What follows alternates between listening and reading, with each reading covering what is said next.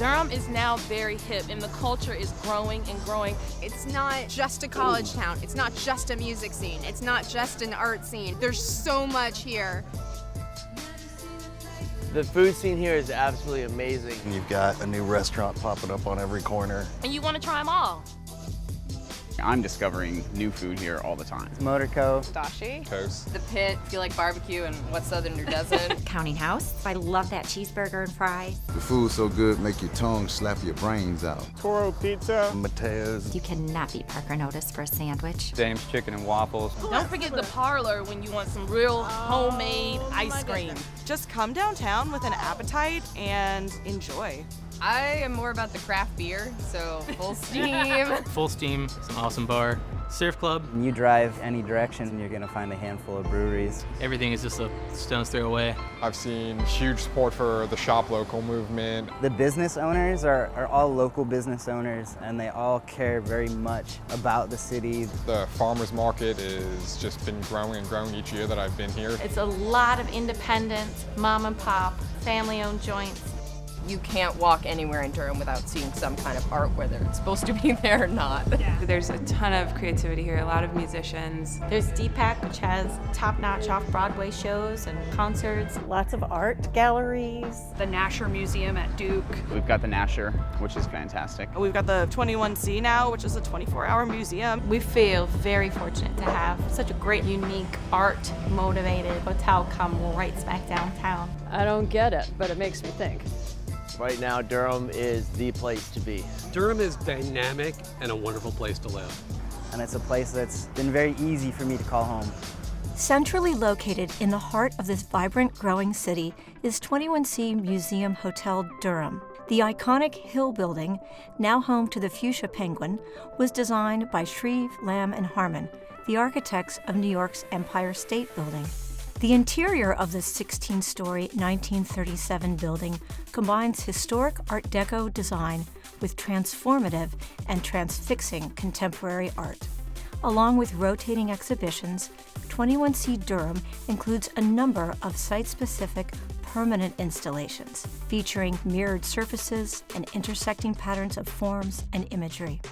Working with glass, plastic, acrylic foil, tile, and found objects, the artists commissioned here reference nature, technology, economics, politics, and entertainment to illuminate the evolution of the past into a future-focused present. In the main stairwell and elevator lobby, Andrew Erdos's Ascendance surrounds visitors with laser-cut mirrors and panoramic video projections of western skies. On the lowest level of the building, the original bank vault remains intact, but the floor is now a porcelain tilework. Bank, Unswept Floor Series by Leslie Lyons and J.B. Wilson, featuring images of currency in homage to both the building's past and present purpose, from a single-purpose commercial space to a multi-use cultural center, lifestyle hotel, and chef-driven restaurant. Inside Counting House Restaurant, a mosaic of tree trunks made with cigarettes and mini cigars by Duke Riley references the ubiquitous role that tobacco has played in the development and history of Durham, North Carolina, as well as the decline of its influence. Hanging above the long marble bar is Future Retrieval's White Light, a sweeping installation of 18 neon-lit chandeliers, featuring ceramic busts of white bear heads adorned with porcelain collars. Yupo paper bunting cut into floral forms envelop the bear heads and link the chandeliers together and to the ceiling.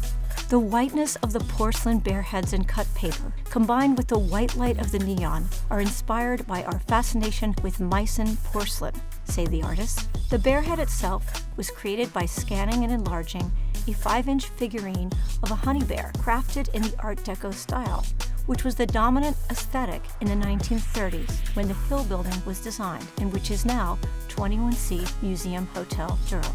At 21C Durham, even the reception desk is an artwork, commissioned from New York-based artist Claire Chagag. Let's listen to her describe Busby's Southern Bells, Busby's Kneecaps, Busby's Pink Flamingos, which pays homage to the famous Hollywood musical choreographer and musical director Busby Berkeley. I was walking in Chinatown once in New York and I found these little dolls.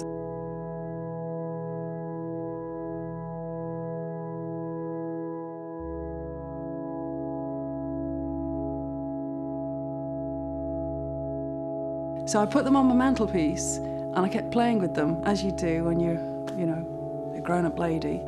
And I was like, what can I do with them? And then I started to paint them, and then I put them on a Lazy Susan and spun them around. I was like, oh my God, it's Busby Berkeley.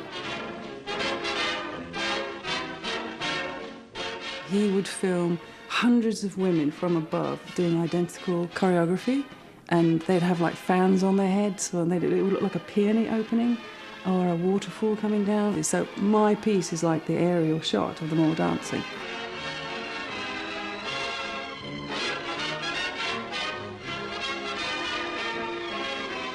One of them is an homage to the Southern Belles, because this is North Carolina, so they got the big bonnets and the stoles and the poofy dresses. And then there's one with the kneecaps, because it's an homage to all the ladies that wear, some of them voluntarily, some of them not, wear the Arabic dress. And the other one is based on the Christian Dior 1940s new look, which revolutionized fashion. The current exhibition, on view until May 2022, is one of our most popular. The future is female. The affirmation of the self as subject and the prevalence of craft-based practices such as sewing, weaving, embroidery, and applique in today's art reflects the ongoing influence of the feminist art of the 1970s.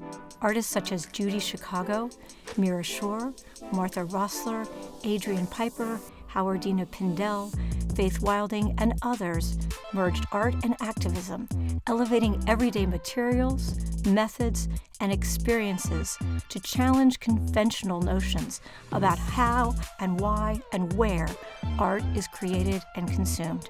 Today, feminist artists remain at the forefront of illuminating inequality and discrimination due to gender, race, and sexual identity, issues which often intersect with economic and ecological crises. Advertisers often prey on marginalized groups because we have more of a desire to belong, and we have all these ideas fed to us as to what is beautiful and what we should look like. If you look at the obsession with women to change who they are and to become something different, I find it really problematic and disturbing. I have not painted myself in a number of years, and part of that is because I had a difficult time seeing myself as an aging woman. Women, as they get older, if they're not considered beautiful by cultural standards, then they're not valued as much. And I think that's something that a lot of women deal with. Feminism and the feminist movement and going forward isn't just about teaching women to speak up and own their space and say no. That is obviously important, but we also need to teach boys how to be real men. I think this is the start of a revolution. Investigating identity, consumer culture, ecology, history, mythology, and power, the art featured in The Future is Female illuminates both the legacy and the persistence of the struggle for equality. 21C has 3 pieces of mine. 2 of them are from a series called Let Her Rave. It's my latest body of work, and the pieces that they have are these 2 clusters of boxing gloves hung on thick metal chains. And the boxing gloves have been reworked and remade using used wedding dresses. So they're very frilly and lacy and floral and tuley, and they look very pretty. But when you get in close, you can see that that they are actually boxing gloves, and so there's that conversation between the hard and the soft and the stereotypically masculine and the stereotypically feminine. But also my intention with those pieces is to convey this sense of like tightness and being hemmed in or held back or repressed. And the series is called Let Her Rave because it's kind of inspired by but also a response to this line in a Keats poem. The poem is Ode on Melancholy, and the line is, "If but when the melancholy fit shall fall, sudden from heaven like a weeping cloud, that fosters the droop-headed flowers all, and hides the green hill in an April shroud, then glut thy sorrow on a morning rose, or on the rainbow of the salt sand wave. Or, if thy mistress some rich anger shows, imprison her soft hand, and let her rave, and feed deep, deep upon her peerless eyes. Bum, bum, bum.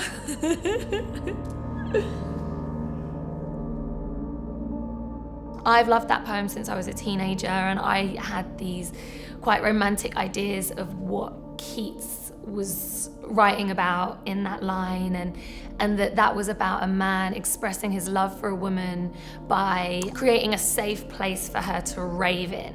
And then as the years went by and I grew some, that line started to stick for me. Like, why imprison her? Like, why let her rave? Like, why do we need permission to be who we are? And I also didn't like the way that we're always conveyed as having soft hands. I box, my hands are far from soft, and I work with my hands, so they're very far from soft. But there is a soft quality to being a woman should you choose to use it, but ultimately we are a very resilient, powerful and strong gender. And so that work and using wedding dresses was kind of a comment on the patriarchal constructs that keep us in a certain particular place in our society.